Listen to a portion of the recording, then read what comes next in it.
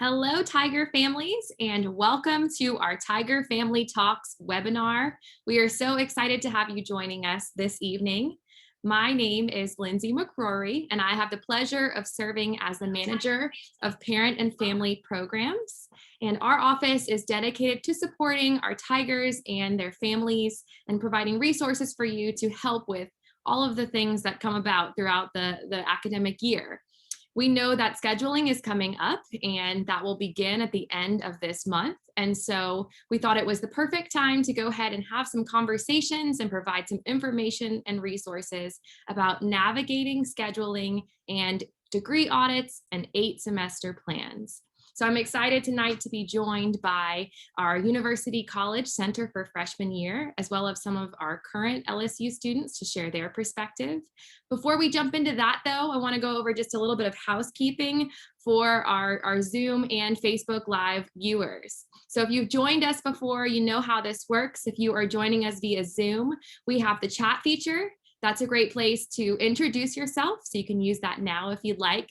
Select all panelists and attendees whenever you are typing something in the chat so that everyone will see it. The chat is also a great place to insert an emoji or, let us know that you're really enjoying some content that we're sharing. We'll be putting some links in the chat as well throughout this presentation and discussion later on. You can use the Q&A feature if you have specific questions for our panelists. We will answer those questions at the end of tonight's webinar. If you're joining us via Facebook Live, hello and welcome. We're so excited to have you joining us as well. You can just put all of your questions, comments, everything into the chat, the comment section on Facebook Live.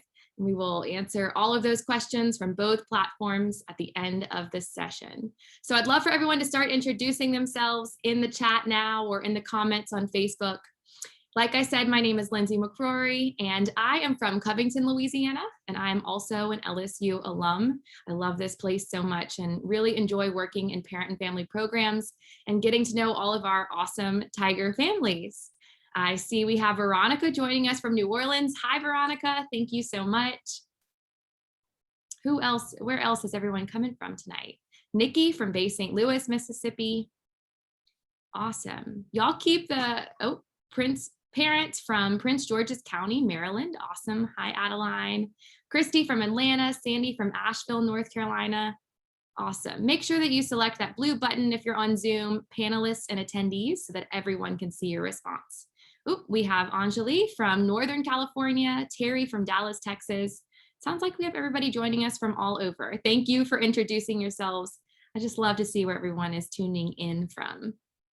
Charmaine, hi Charmaine from New Orleans. So great to see y'all. And then looks like on Facebook, we have Chandra joining us from Harvey. We have Robert here on Zoom joining us from Ocean Springs, Mississippi. All right, well, thank y'all for introducing yourselves. If you have any questions throughout tonight's session, please go ahead and use that Q&A feature as I mentioned on Zoom, or put it in the comments on Facebook. If there are questions that are unrelated to navigating scheduling and 8-semester plans, we ask that you email our office directly, lsufamily@lsu.edu. We will be happy to assist. That is why we are here, completely dedicated to our Tiger families. So I have some questions I'm going to put up on the screen, some poll questions. And, excuse me. All right. And so if you are on Facebook right now, you can just answer these right here in the comments section. And then I want to go ahead and poll. I'm going to launch the poll for all of our Zoom users. So you should be able to see this first question now. Our first question, what classification is your Tiger? Freshman, sophomore, junior, senior, or graduate student? And this will help us get a feel for who's joining us tonight so we can help cater the content to you. So I see all of our responses coming through.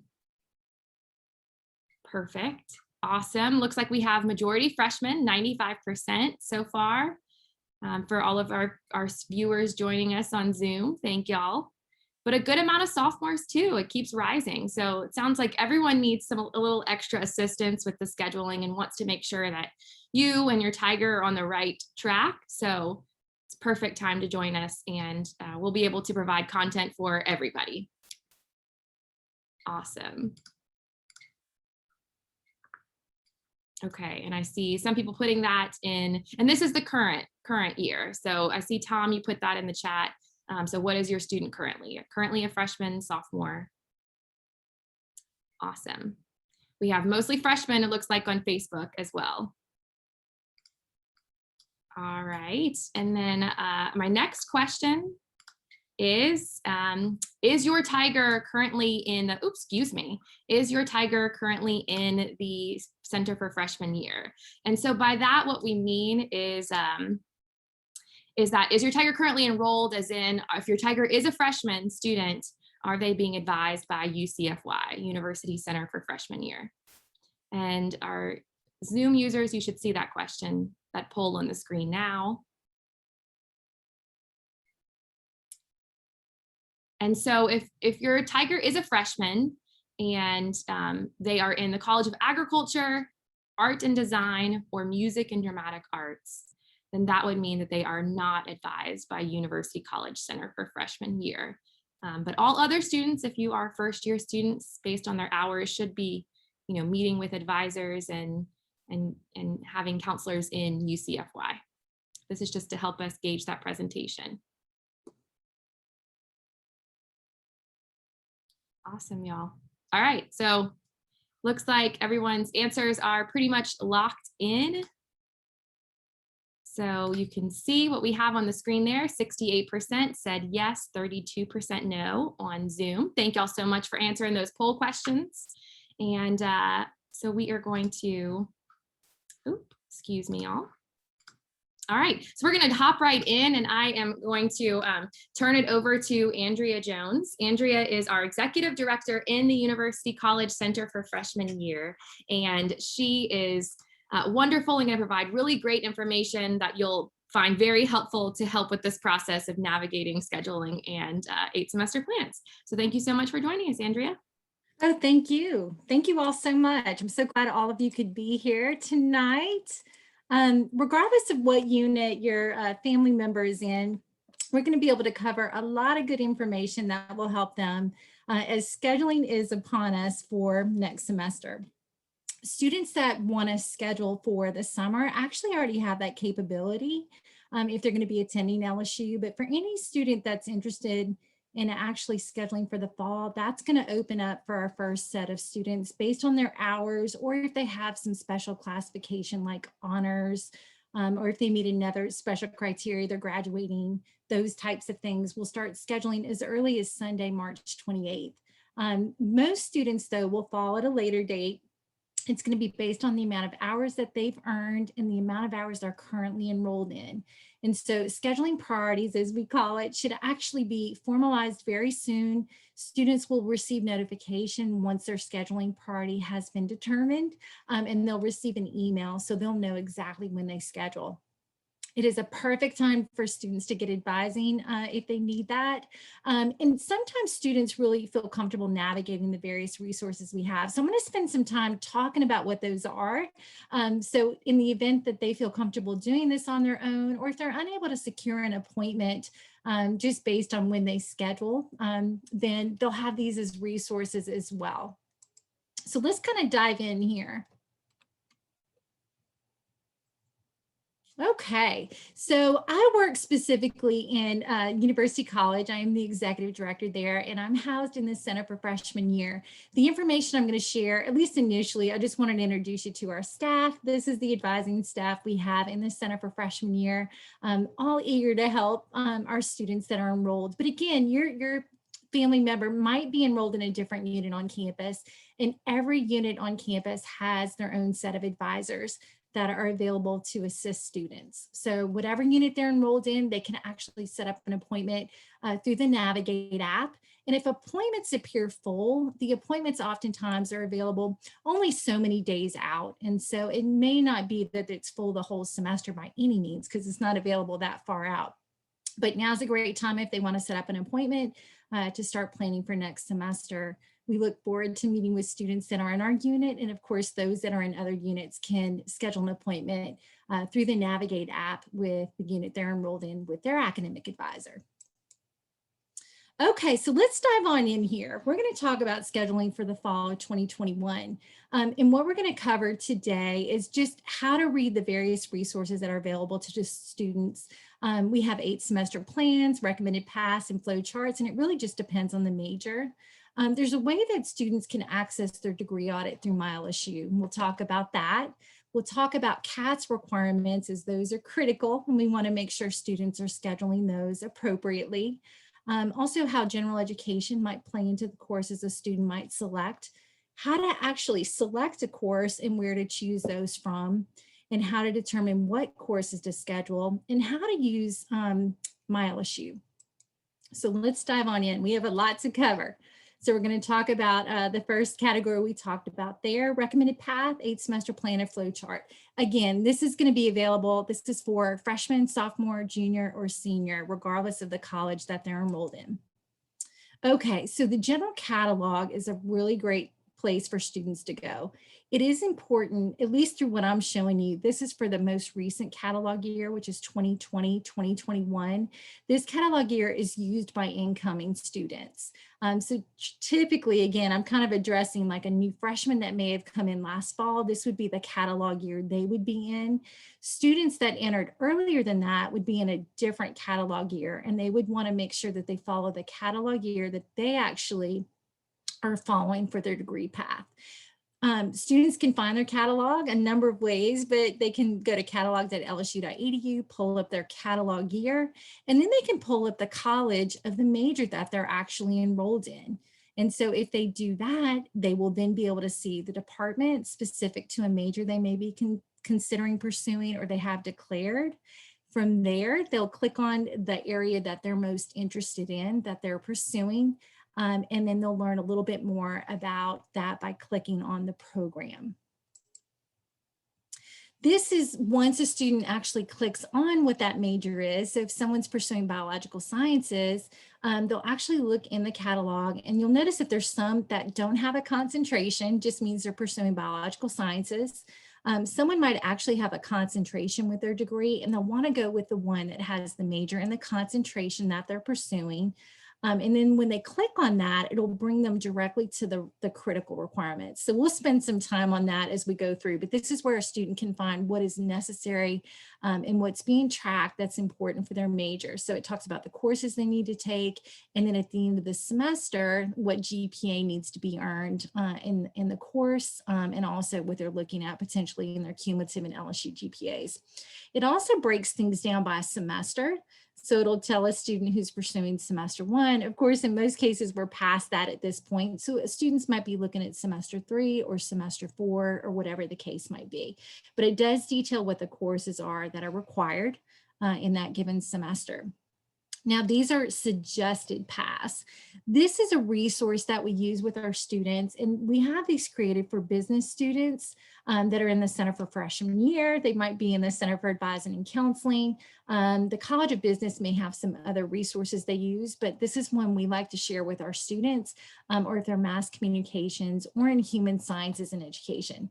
So they can actually obtain these by contacting us in the Center for Freshman Year or in the Center for Advising and Counseling, which is UCAC. But it basically maps out all of the requirements for the next 4 years. It has the critical requirements listed, and then also prerequisite classes are listed in the brackets. So this is one way students can determine courses that they'll need. Now, many of you may have engineering students or pursuing construction management, computer science. They actually utilize what we call flow charts.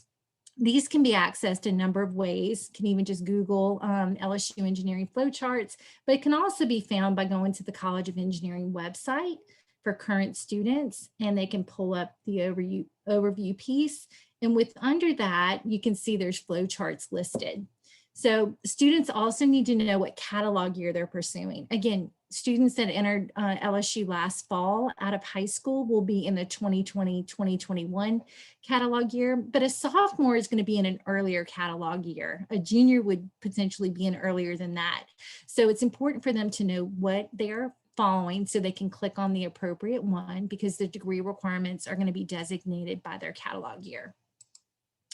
This is what an example of a flow chart looks like. And again, we use this very readily with our students pursuing engineering. Computer science falls under that, as well as construction management. It's a great way to kind of see how things are mapped out for semester 1, semester 2, semester 3. And then these arrows tell a student kind of what the prerequisites are, or it's got a legend down here so they can see what's required, what requires credit or registration. And then there's some additional information that's mapped out. The courses that don't have arrows, those are standalone courses and don't have a prerequisite with them. But this is what engineering uses with their students for advising and to select courses. Now, we've talked about critical requirements, and you may hear this term from time to time, it's CATS. There was a notification that just went out about a week ago for any student that might be shy these requirements. Perhaps they're not enrolled in a course that was deemed critical. And so students were recently notified if they have if they're what we call off track.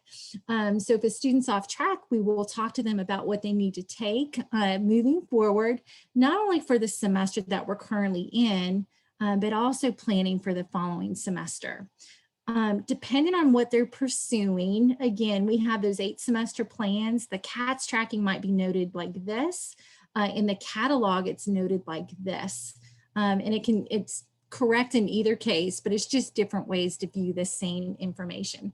So it is important for students to be mindful of what their critical requirements are and schedule accordingly. Students can locate their recommended path also in the catalog. So if there's not a flow chart created, if there's not that 8 semester plan I showed you that we use for our business students, mass communication students, from there, or human sciences and education, we can use the catalog. And in the catalog, this is available for any major, including engineering or the other majors I offered, but it does detail course requirements, the critical courses by semester, and then also what's important to be taken in a given semester. This is what's suggested. What's required is deemed critical, okay? So if a student doesn't take a particular course in the semester it's suggested, they can pick it up at a later date. But again, we want to meet the critical requirements that are suggested for their major. It may be hard. Sometimes students are like, I'm not sure what I'm being tracked for. They can actually view this information and we can help them with that too if they also have some questions there. Now, here's just an example of where critical courses can be found for students. If they're looking at a flow chart, for example, it does break down semester 1 requirements a little differently. The flow chart is going to show in that first column. And then in that 8 semester plan, we have it labeled as semester 1. So these are 3 different ways students can determine what their course requirements are. Again, it's all the same information. It's just displayed differently depending on their major. The other thing that's really important is courses may be listed in a given semester and a student may be unsure, do I meet the requirements for it? So we utilize the catalog for that, and it's also a really great resource that students can use through the MyLSU scheduling feature. But it does tell the requirements for each class in the catalog, and again, there's a way to do it on MyLSU. So it'll indicate here. So that's important for students to know how to use the catalog and the course search function, and they can see what the requirements are for the courses they're enrolling in. Some of our courses have prereqs and others do not. It does vary. Now, in looking at an 8 semester plan, again, this is an example if we have one of these for the majors I mentioned or for the colleges that I mentioned with mass communications, business, and human sciences and education, we have these. The brackets here actually tell us what the prerequisites are. So for a student in this example to enroll in Accounting 2001 in semester 2, they need to have Math 1021 already have credit in that. It is a prerequisite. For something that doesn't have anything in brackets in this example, it means they can enroll in it and there's no prerequisite required. Now, on a flow chart, it's a little bit different. You're going to have to use the legend down here for students pursuing engineering, computer science, construction management. And these arrows will kind of indicate whether or not it's credit or registration, or if it's deemed a prerequisite with that solid arrow. And again, the standalone courses don't require prerequisites. So our freshmen, for example, I know most indicated they are freshmen, but again, this will work for sophomores, juniors, or seniors as well. But if they're planning for the fall, which is their third semester, they would start looking, okay, what have I satisfied in semester 1? What have I satisfied in semester 2? And what do I need to take in semester 3? So we can fill in some of the things that maybe weren't taken earlier and take those in semester 3 if need be. What's really important though is to pay attention to how these stack upon each other and how it opens other doors. Once a particular course is taken, it'll open the door for another course. And so that's really important to for students to consider. And again, we can help students navigate this, or if they're in a different college, they can certainly talk with their advisor about that. All right, so let's talk about, those are just some of the scheduling resources that help students pick their courses, but the degree audit is really a great resource that we use so they can see how what they've taken, how it actually applies, but also what they still need. And also they might not even know what would count as a humanities if I need one. So this is where the degree audit can come in handy. So students have access to this through their MyLSU account. They can just log into MyLSU. Once they get logged in with their credentials, they can actually pull up student services with this drop-down menu, pull up degree audit, and then it's going to pull up this option for them, and they can view their degree audit. Now, it's really important that they look to see what major is indicated and concentration. We do want students to make sure that's accurate. If they're in our unit and they see that there's an error or they want to change their major, they can actually email us to get that done. And that's going to probably vary by college. So whatever unit your student is in, they'll want to contact that college to get their major corrected, or if they just want to change their major, or again, they can do that through an appointment with their college. But it tells lots of things. It tells the major, the concentration, how many hours have been carried, how many hours are earned, quality points, but it also talks about, how many hours are required in this certain GPA that's needed for this major. So they can search that information. It has a lot of good keys here. It tells what requirements are met, what isn't met, and what a student is enrolled in. So all of that's really important. Students can open up these and they can open up and expand all these requirements. They can collapse these requirements by looking at the degree audit. But again, each of these keys tells specific information. If a student has yellow, they're enrolled in something within that requirement. The check means it's been satisfied, and the X's would mean that a student is not enrolled and they still have requirements to be met. This just collapses it. So when someone, or expands it. So if a student opens this up, they can see how they've met this first requirement. It tells the course, the semester, our coding, first semester it was taken, and the grade, and the amount of credit hours earned. Again, the checks are done. The yellow notation here means that a student's in progress, and then an X means that they need it. So when they use those tools, they can look and see, okay, what am I in? What do I still need? And they can use either the flow chart to help them pick their next series of classes, that recommended path, depending on if we have one for their major, or they can use the general catalog.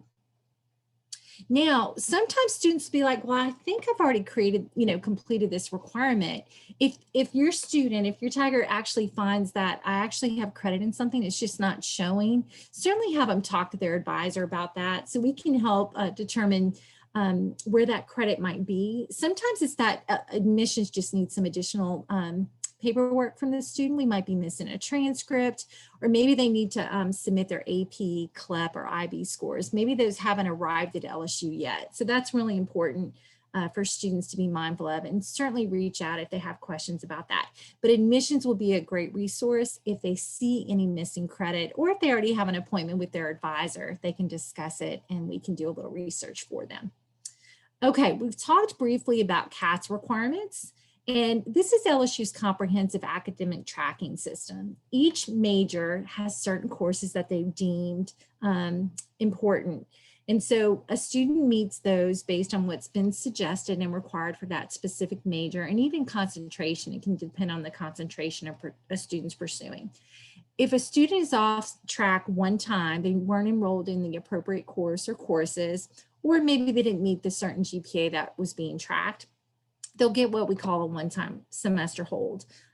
If they're off track 2 semesters in a row, what happens is we invite students in to talk about it, certainly, but they may have to, if they're off track 2 consecutive semesters for the same major, they'll have to appeal to the college of their major to see if they can stay in that major. They want to make sure that students are making progress in their degree based on what those critical requirements are. So it is important that students actually schedule the courses that are required so they can avoid getting one of these holds. But we do have a mechanism in place to invite students in to discuss it. We certainly notify them of this so they're aware, and then we make that part of the advising process as well.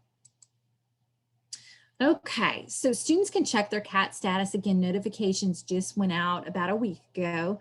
As students can check their CAT status if they're unsure. Sometimes students are like, I don't even know what semester I'm being tracked for or what those requirements are, but they can actually go to my LSU, lots of good information there. Under student services, they pull up the drop-down menu and click on check the CAT status here.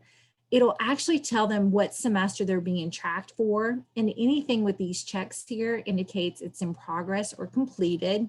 If there's an X like this, unmet, that means that they need to meet it. And again, we're trying to plan for the future. So we'll be planning for the fall semester as students finish up the spring. They're going to want to meet those critical requirements for their major. Okay, here's a CATS example. So we've seen this a slide or two back, but every major has their CATS requirements detailed in the catalog. They can see that under their major, and it indicates what's required each semester. Now, in theory, let me go back a minute. In theory, you would think students would be linear. So semester 1 is first semester fall, semester 2 is, in the spring, but we do, sometimes this is adjusted if a student changes their major. So that's not always a given. It really is going to depend. But if someone stayed in the same major, more than likely it's very linear. Semester 1 is fall, semester 2 is spring, and then semester 3 typically would be sophomore fall and so forth. They can always double check that through their MyLSU account to see what's being checked for them. So they need to be thoughtful of this when they're selecting next semester's courses, so they know exactly what they're being tracked for and what to plan for the next semester. Okay. You probably heard of this before too, but every major at LSU requires 39 hours of general education requirements. And that makes up the courses listed here: 6 hours of English composition, analytical reasoning, arts, humanities, natural sciences, and social sciences. Depending on the major and concentration, this does vary. So it's not a given that every humanities course applies towards every degree program. So it is important that students be mindful of that, and the degree audits will detail what those specific requirements are, and certainly when they meet with their advisor, we can assist with that. But they can find this information detailed in the catalog. It shows how students can get to that. And then on the left panel, it's got a general education component of undergraduate education, which actually details what falls into these 39 hours of credit. Again, that's going to vary by major and concentration. So let's talk briefly about how to navigate what's being offered in the fall semester. Well, the fall course offerings will be available anytime now. We're expecting that certainly by early next week, if not the end of this week. So they won't be able to see fall course offerings just yet, but it's really, really soon that'll be available. But they can actually access, when it becomes available, the schedule booklet. Again, log into MyLSU, registration services is the drop-down menu this time, and go to schedule booklet. What they would want to do when this comes up is they're going to pull up fall 2021. So whatever semester that is, if they're going to summer school, it'll be summer 2021 or fall 2021 in this case. They're going to pull up the department of the course they want to add. So if they want to do English, they would pull up English, and then they click the display courses button. What that does is it pulls up all the available English classes. Well, actually, not all the available, just every English class that we're offering for that semester. This tells a lot of information. So here in the left column, it tells how many seats are available. It tells the course number, the section, the name of the course, the time and day of the week, and also the room it's located, and many times who the instructor of record will be for that semester. Whenever you see information underneath a section, it actually coincides with the section right above. And that's important to know because sometimes students attempt to add classes they may not be eligible for. For example, it might be a residential college class and they're not enrolled in that residential college, for example. But anyway, this is how you view it. And that's how students can determine if I want to take this course at this time with this professor.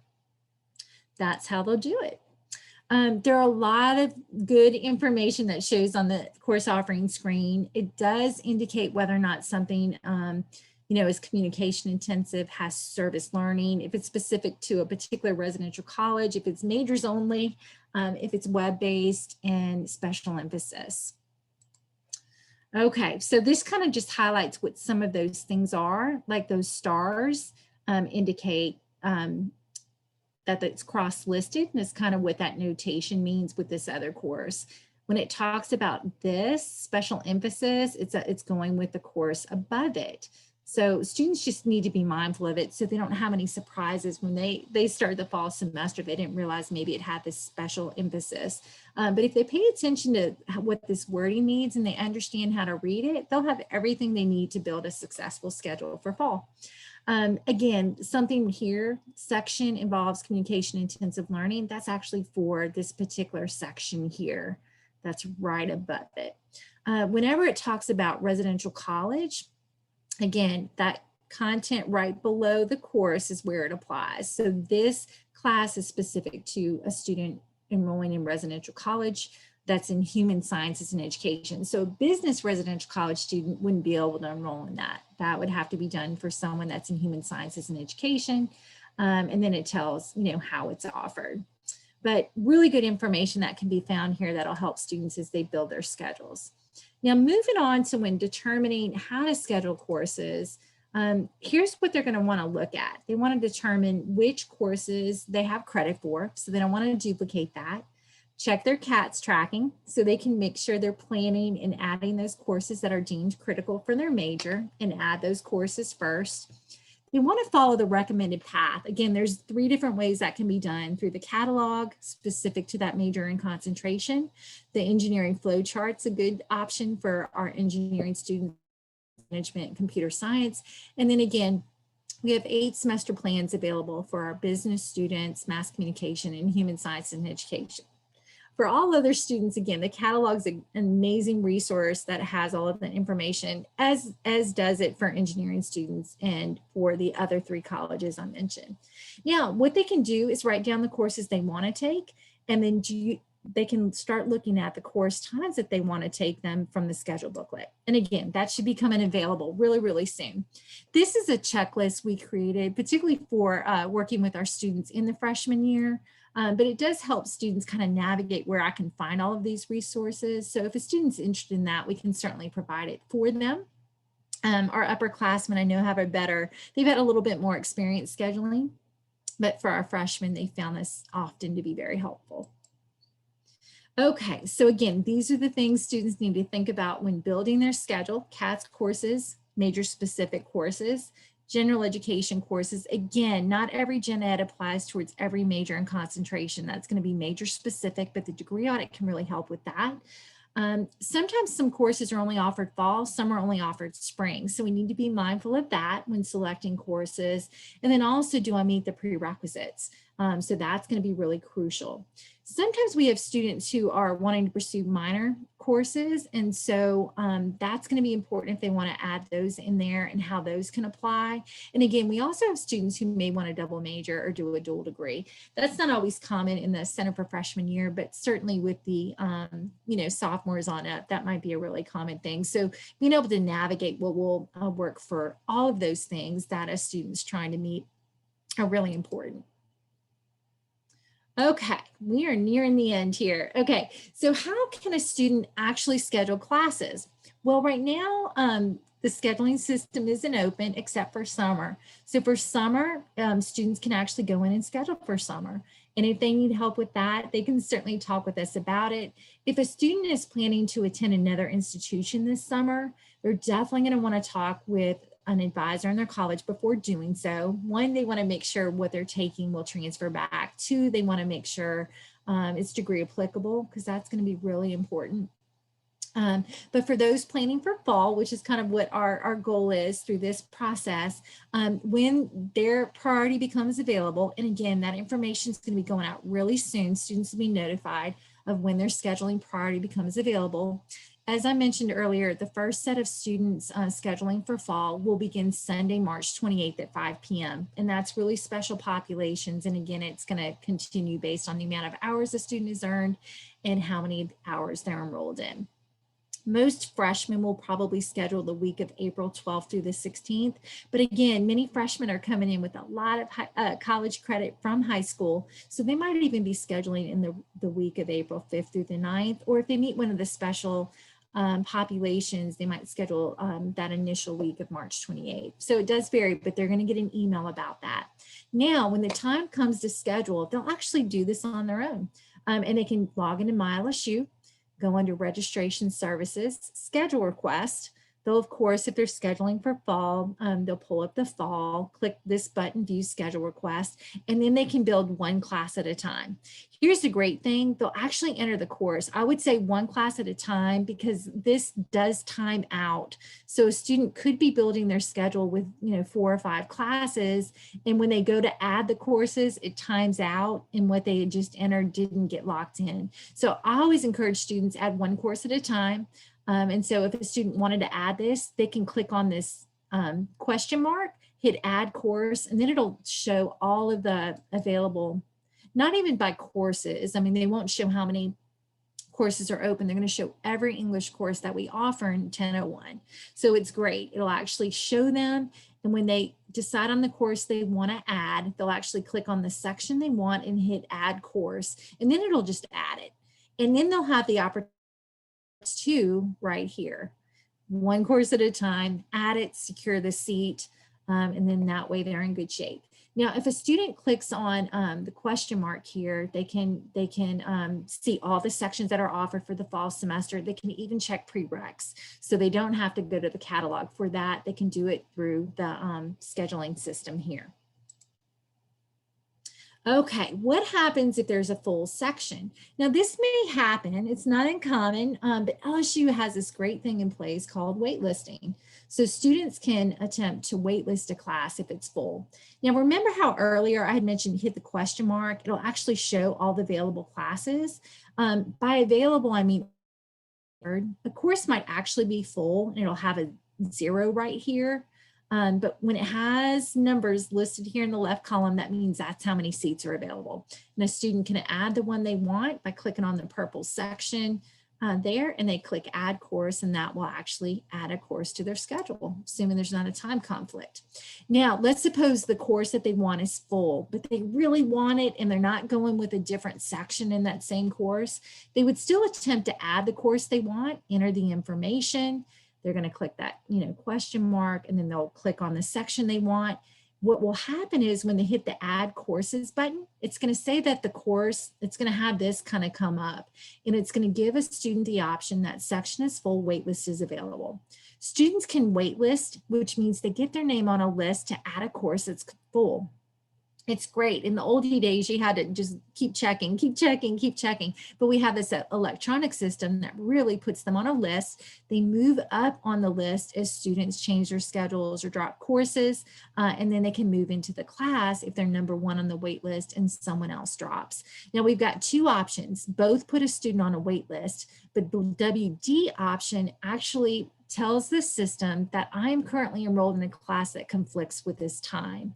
And it's telling the system, if I move off the wait list, please drop the class that I'm currently in that conflicts. So students would use that in those cases. Okay, we are almost done. Okay, waitlisting courses. So just some rules about waitlisting. Just because someone utilizes the wait list does not guarantee that they'll enroll in the class. If you earn a spot, if another student drops the course. So that's kind of what I mentioned a moment ago.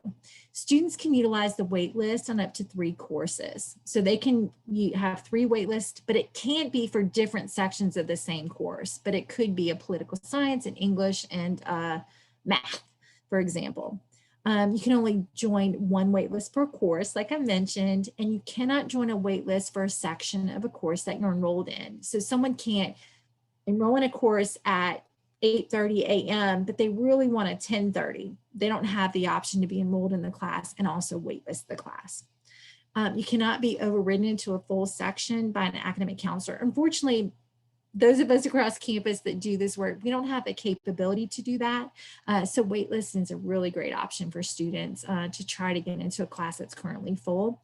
And the waitlist will work even through the first week of school into a couple of days into that second week of school. So there's a lot of time for things to change. Okay. Lastly, here we have a couple more things. Students may not be able to schedule at their scheduled time if they have a hold of some kind. It is important for students to actually check if they have a hold, and they can actually do that on the Navigate app. There's a way to do that. It'll indicate what type of hold a student might have, and a lot of students won't have any holds, which is great. If any of these holds are listed, though, these are the common ones we often see in our office for students. They'll get some instructions on how they can resolve that hold. Again, it'll be important that these are resolved in most cases before scheduling for the fall semester or even the summer at this point. Okay, I wanted to just let you know that our website, again, I realize not everybody's Tiger is enrolled in the Center for Freshman Year. All of the websites at LSU, regardless of the college, have a lot of great information on it. Most of you indicated that your Tiger is a freshman. So I wanted to let you know there's a lot of great resources on our website.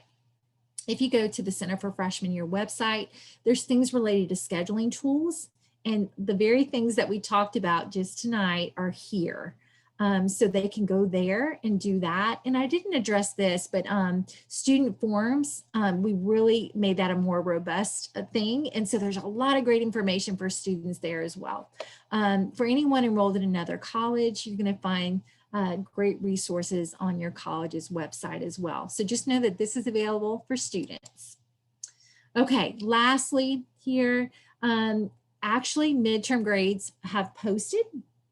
And so notifications are going to be going out really soon, campus-wide, about midterm grades. Students can view those in their Moodle account, but we also typically in every college will do an outreach to students regarding midterm grades. A couple of things we've talked about already is that advising is actually now. Students can get advised for next semester if they're planning for summer. We look forward to meeting with students, but they're not necessarily required to see an advisor. And that's why we wanted to share this information. If they want to do it on their own, if they're unable to get an appointment prior to their priority opening, but if they can schedule appointments on the Navigate app with their college and their advisor earlier, that would be great. Now, one thing I wanted to mention too, if someone is interested in maybe dropping a class this semester, that deadline has actually been extended. And that is April 23rd is the deadline to drop a class. It's actually the last day of classes.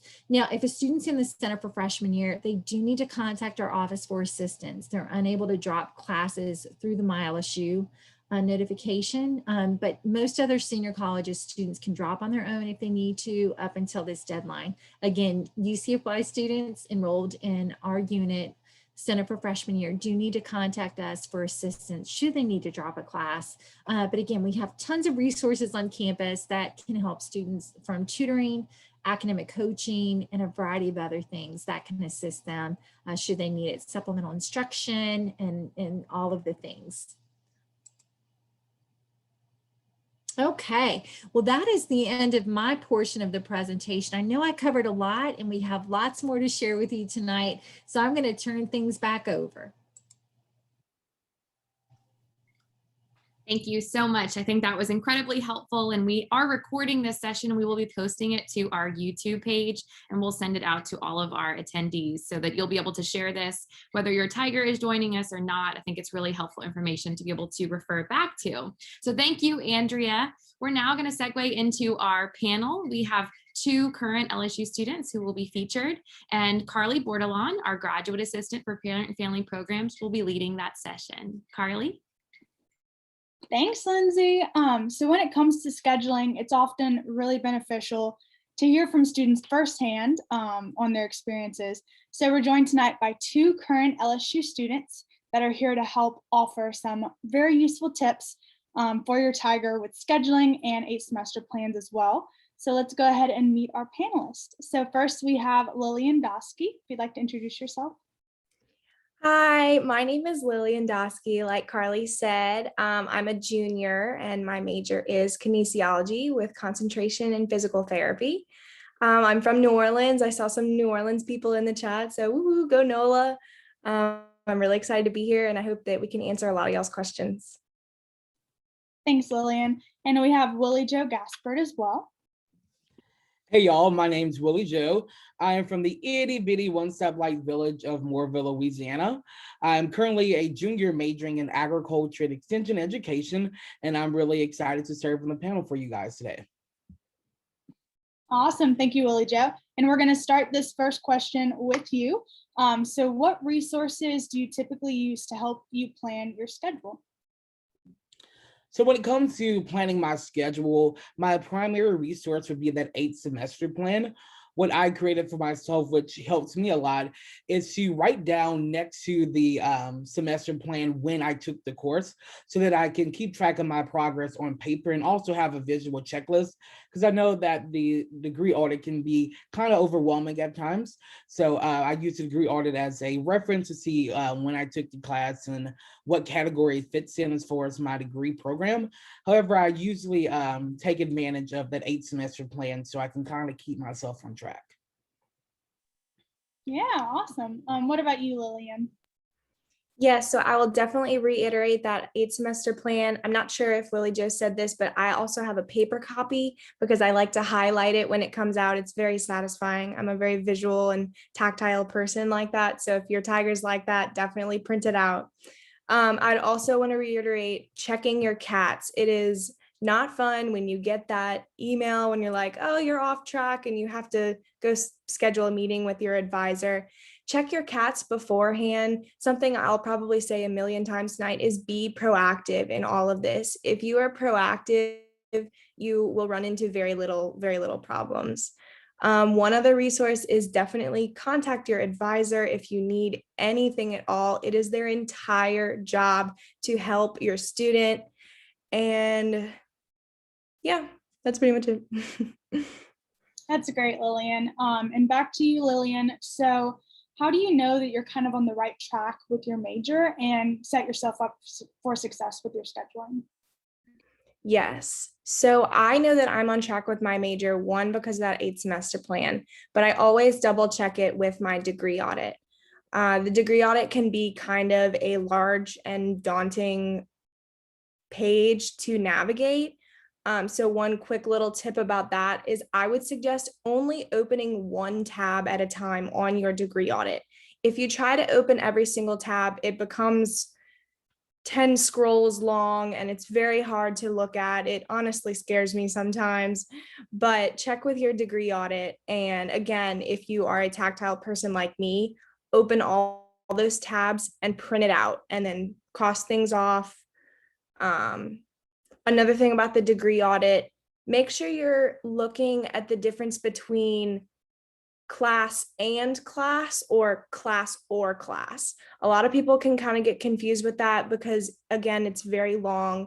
It will be, some of your classes will be separated by commas or the word or the word and. And so definitely want to make sure that you are recognizing the difference between, yes, I need both of these, or, oh no, I get to choose from these 4 classes. Great. And Willie Joe, what about you? How do you know that you're on the right track with your major and really set yourself up for success? So in order to make sure that I'm on the right track and setting myself up for success, I'll just reiterate what Lillian said about the degree audit and that 8-semester plan. It is extremely, extremely vital to use. And also I want to advise you to pay attention to the section on your degree audit that says courses not applied to major program. That is a section where you have taken maybe AP or dual enrollment classes that does not apply to your degree program. So they're technically just counted under electives. So they don't count necessarily towards your degree. So I want to make sure that you're doing that. Also, something that we have in the College of Ag, which I'm not completely sure is in every college, we have an advisor within our department, but we also have a Office of Student Services. So I utilize my advisors inside of my department to make sure that I'm taking the correct classes to graduate on time. But then I'm also reiterating with the Office of Student Services to make sure that these classes are aligning with my degree audit as well as my degree plan. So that's how I stay on track. Okay, and Willie Joe, do you have any tips or info kind of to share about the Navigate app that students use to schedule an appointment with their advisors? Yeah, so Navigate is actually one of my favorite things to use. I hated it at first because it was just complicated. However, Navigate is an app where you're going to use to schedule all of your advising appointments as well as tutoring sessions. So within the Navigate app, you're going to fill out all the information. When you're going for advising specifically, you want to make sure that you select academic advising, and that's going to allow you to get in contact with either your senior college or the UCFY, and their constant drop-down menus that's going to lead you to being connected with them. I know particularly in my college, we were actually assigned academic advisors. So I try to keep the same person every single time I go back. So make sure you try your best to get your regular academic advisor. And then just select the time that's going to work great for both of you guys. You see their availability automatically, so there's no scheduling conflicts on their end. So just make sure that you pick a time that works for you. Also, just a little suggestion that I have. Before you go inside of your academic advising session, make sure that you know what you want to talk about. Make sure that you come prepared with questions. Make sure you know what class you're interested in taking, what classes you think you need to take, just so your advisor knows what you're thinking and that y'all are both on the same page when it comes to getting you out of here in 4 years. Great. And how often do you meet with your advisor? So I actually have a really close relationship with my advisor. So I usually meet 2 to 3 times a semester. I suggest that every student meets with their advisor 2 times a semester. And that's just to start off after the first 14 days of class to let them know if you've dropped any courses and or taken a W in any courses or need to drop courses, and just to see how that's going to impact your 4 years or 8-semester plan. And then I would also be with them at the end of the semester before you schedule your classes for the following semester. I believe after talking to the registrar's office that they should be releasing classes around the 19th. So just make sure to meet with your advisor before your scheduling priority date. Great. And Lillian, how often do you meet with your advisor? So I meet with my advisor once a semester, but honestly, after hearing Willie Joe, he just convinced me to bump it up to 2. But as of right now, I only meet once a semester, which is right before the scheduling time, just to bring in my schedule options and make sure that everything is okay. Because like I said before, the advisors know the conflicts to look for, and they have better solutions than you could figure out on your own. And it's usually a very quick 20-30 minute meeting, as long as you come prepared, like we've been talking about. Awesome. And do you have any other tips for the actual scheduling process when they're in and they're ready to go? Yes, this is my favorite part. So for the actual scheduling process, at the beginning, when you're trying to get into the registration, the schedule request, when you're trying to get into that one, it might take a second. It's going to say, we've reached full capacity, try again later. Don't freak out. Don't let your student freak out. You will get in. There are many, many people who are trying to do the exact same thing as you right now. You will get in. Just keep clicking refresh.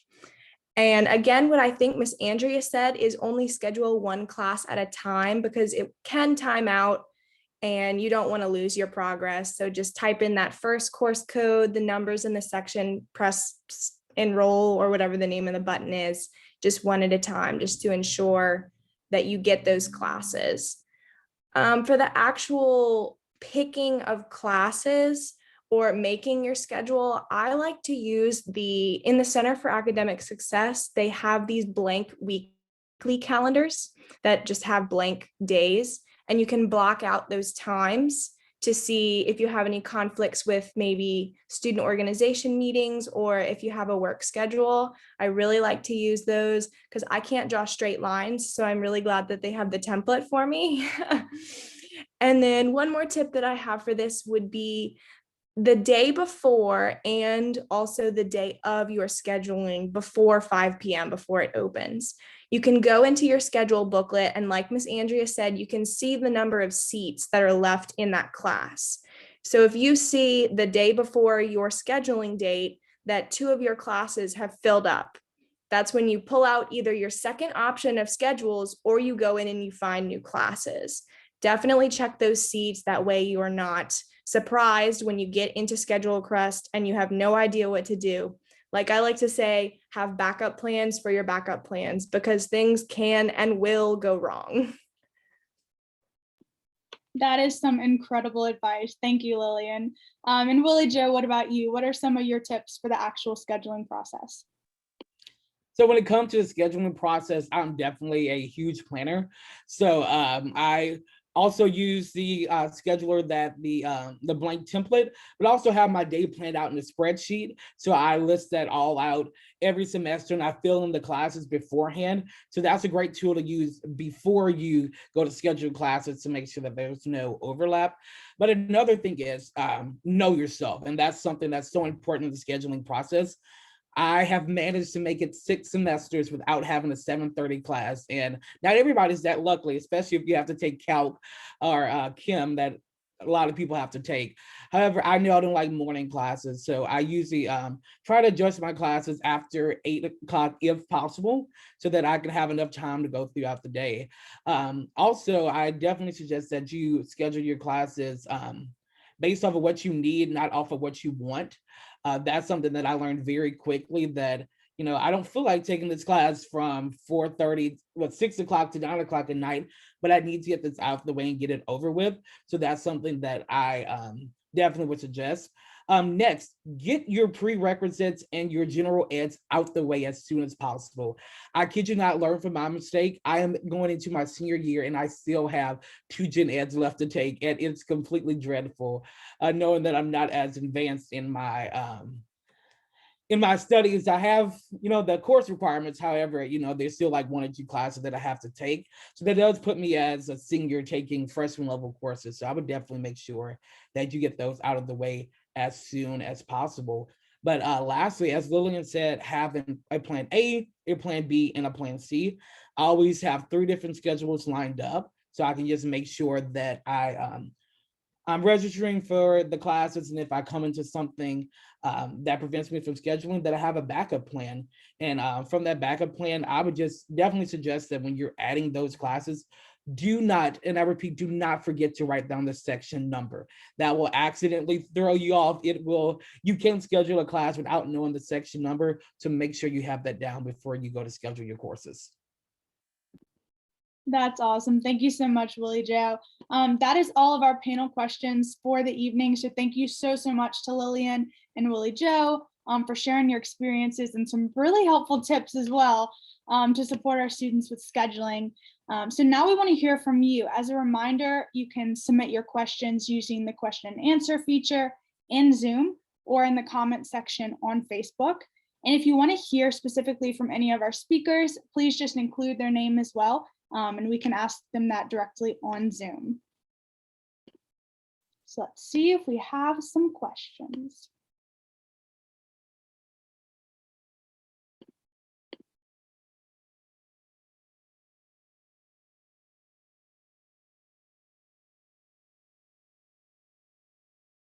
Okay, so we had one parent ask about, and maybe Lillian or Willie Joe, you can help with this one. She asked about when helping her Tiger find really like granular descriptions of the courses, are they typically in the schedule booklet? Where can you kind of find those descriptions? And this could be Miss Andrea too. So those are actually going to be found in the course catalog. So if you go in the course catalog, I'm not too big on the actual having to sit there and scroll through. If you just go to the search section, it's on the top left-hand side, and you just type in that course number, it'll give you a course description as well as if there's any restrictions on scheduling and the prerequisite associated with it. Awesome, thank you. Okay, let's see if we have some more. And y'all feel free to just leave them in the Facebook comments or the chat or question and answer in Zoom. Okay, so we have one parent asking about if their Tiger drops a class that has a separate lab that you can take, then the required registration in the course. In order to register for the lab, does it also drop you from the lab course, or can you finish the lab course by itself? So this might be for you, Miss Andrea. I was thinking it might be. I'll give this one a go. Typically what the rule is, if a student is in a lecture class and they drop it, they can keep the lab as long as we're at midterm. And so we're at that point now. So if the student does drop that, now there are some courses that have the lab as part of the course and they can't keep the lab in those cases. But when it's a separate lecture lab scenario, they can keep the lab at this point because we have reached midterms. Great, thank you. Okay, last call for any questions if anybody has some in the chat.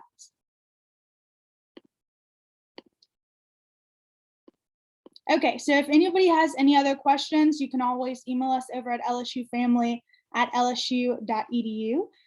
For our panelists, and Andrea, do y'all have any other tips and advice to close out this discussion? I have one quick thing that we haven't mentioned, at least I don't think we did. If we did, I'm sorry. But we were talking a little bit about the different priorities that you can have, and that determines your scheduling date of how soon or later in the scheduling process you're allowed to schedule your classes. One thing that your Tiger can do to bump up their priority is in the beginning of the semester when they get their new classes. If they have any notifications whatsoever of the possibility of being a note taker, they will register with Disability Services to be a note taker. And not only are they helping another Tiger get the notes that they need, but they have the option to either get a letter of recommendation or get priority scheduling. And I got priority scheduling as a freshman. I think I was scheduling at like a junior or senior level, and that ensured that I always got the classes and the section times that I needed. It was very, very helpful, and I would suggest really trying to do that if you are an underclassman. Great, that is awesome. Thank you for sharing that. And also to piggyback on what Lillian said, if any of your Tigers have any sort of disability services, please be sure to contact the Office of Disability Services as well. And you actually get a higher scheduling priority there as well.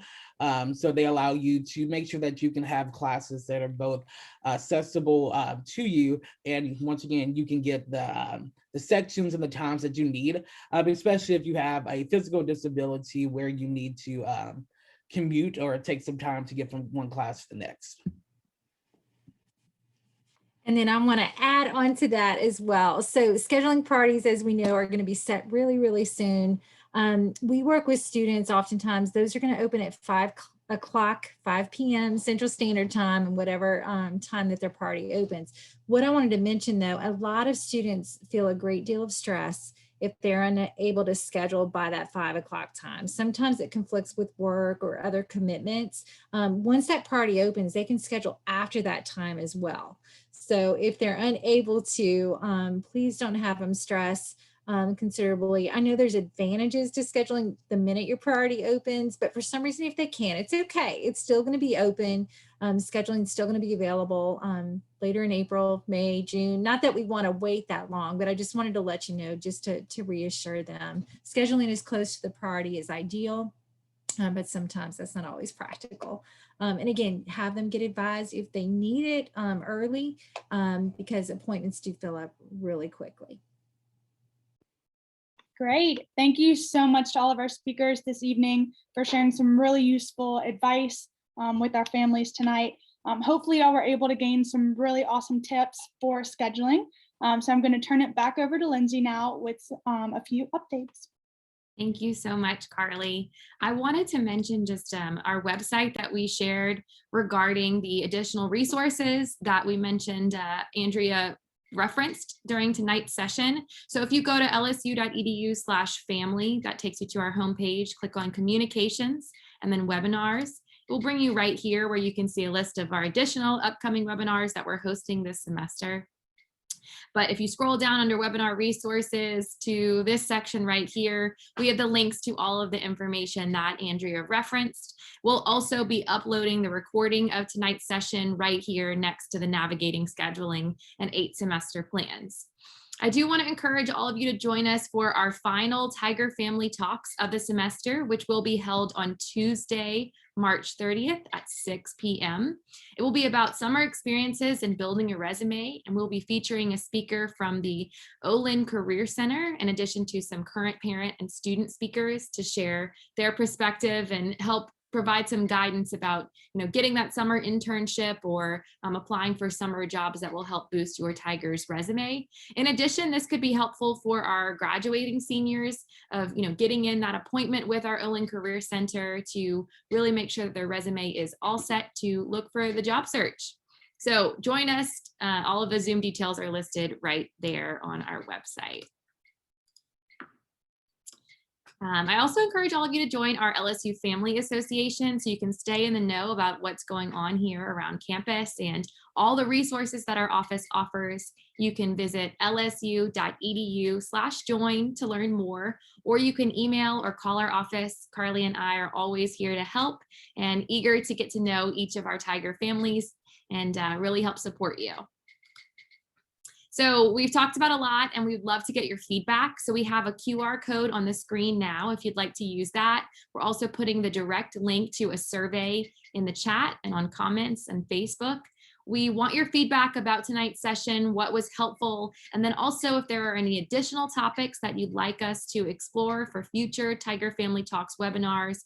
We want to give you the content and the information and resources that you are looking for. So filling out this survey will really help us with that. It should only take about 2 minutes.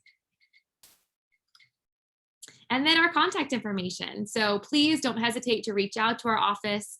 Our email address is listed here, lsufamily@lsu.edu. In addition, we hope you are following us on Facebook and Instagram to stay in the know about what's happening around campus and within our office and other departments. So with that, we'll stick around for a couple minutes. If you have any questions, you can put those in the chat or the comments. But thank you so much for joining us tonight. Thank you again to Carly, Andrea, Willie Joe, and Lillian for providing such helpful content. We hope the scheduling process goes well for you or your Tiger. And with that, go Tigers.